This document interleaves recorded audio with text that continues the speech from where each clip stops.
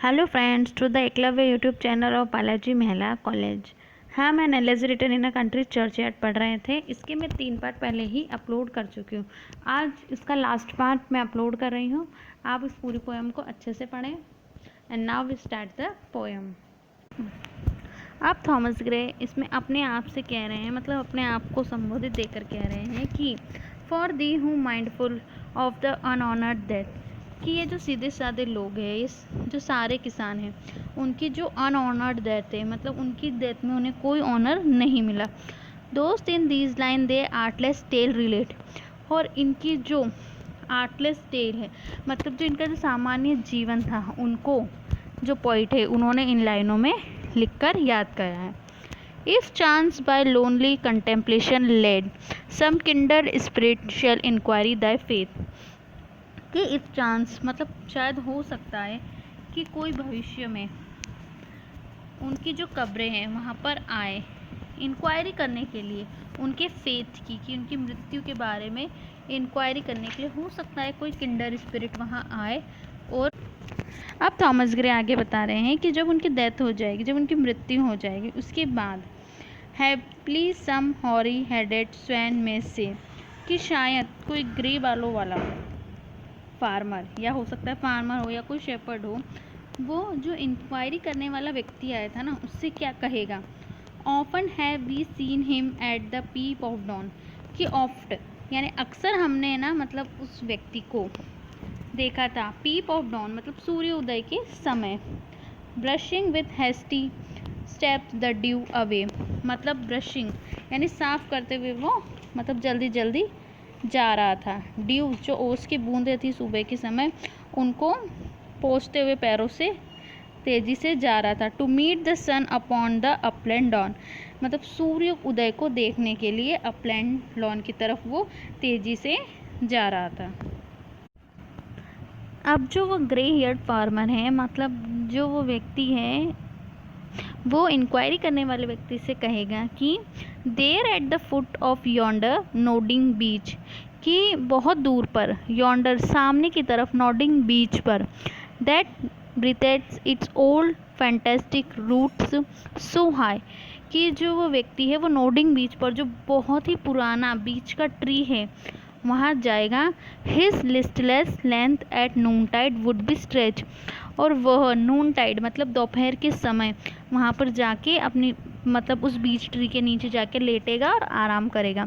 And pore upon the brook that babbles by, और वो ध्यानपूर्वक देखेगा वो जो पानी है वहाँ पे, उन जो झरने बह रहे हैं उनमें से जो आवाज़ आ रही है उनको सुनेगा, और जो बहता हुआ पानी है वो उन्हें देखेगा। Hard by yon wood now smiling as in scorn, अब वो जो व्यक्ति है वो जंगल के पास से गुजरता है और स्माइल करता है। स्क्रॉन मतलब स्क्रॉन भरी स्माइल देता है। मटरिंग, मटरिंग मीन्स होता है बुदबुदाना। हिज वेवर्ड फैंसी, और वह रास्ते में चलते हुए कुछ ना कुछ बुदबुदाता रहता है।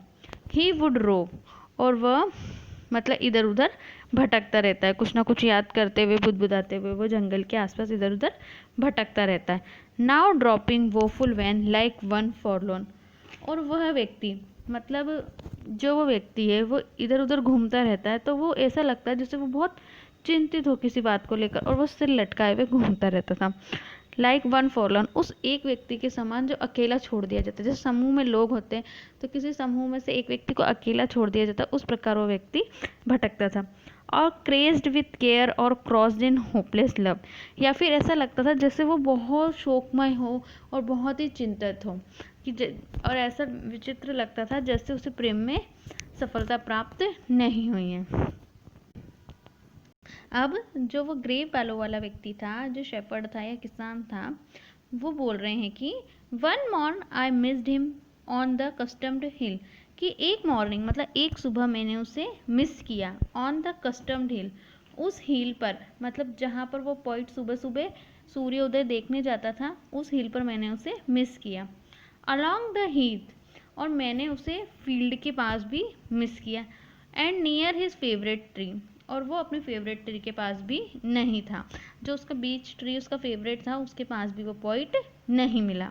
अनदर केम, दूसरा दिन आया। Not yet beside the reel, तो वो पॉइंट उसे रील के पास भी नहीं मिला, nor up the lawn, lawn के पास भी नहीं मिला, nor at the wood was he, और ना ही वो व्यक्ति, मतलब जो वो पॉइंट है वो जंगल के पास भी नहीं मिला। मतलब जो वो ग्री बालों वाला व्यक्ति है वो ये सब बोल रहा है कि उसने सब दूर पॉइंट को ढूंढा लेकिन पॉइंट उसे नहीं मिला। अब आगे जो ग्री बालों वाला व्यक्ति है वो इंक्वायरी करने वाले को बता रहा है कि द नेक्स्ट, कि अगले दिन विद डर्जेस, डर्जेस मीन्स होता है शोक गीत, जब किसी की मृत्यु हो जाती है तो फर्नेल सॉन्ग्स गाए जाते हैं, उन्हें डर्जेस बोलते हैं।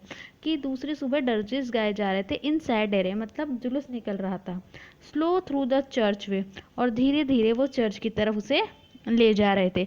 वी सॉ हिम बॉर्न, और हमने उसे जाते हुए मतलब ले जाते हुए देखा था। अप्रोच एंड रीड, और आप यहाँ आइए, अब वो इंक्वायरी करने से बोल रहा है आइए और पढ़िए। The lay graved on the stone beneath your age throne, कि अब आप आइए और जो इस पत्थर पर लिखा हुआ है, मतलब जो उस पॉइंट की कब्र पर लिखा हुआ है आप उसे पढ़िए, और जो ये कांटेदार जो झाड़ है उसके नीचे जो कब्र है उसमें पॉइंट लेटे हुए।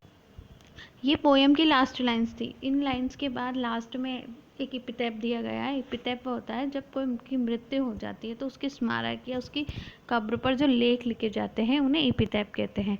तो लास्ट में थॉमस गे की कब्र पर जो लेख लिखने थे वो इस पोएम में दिए गए हैं। Thank you.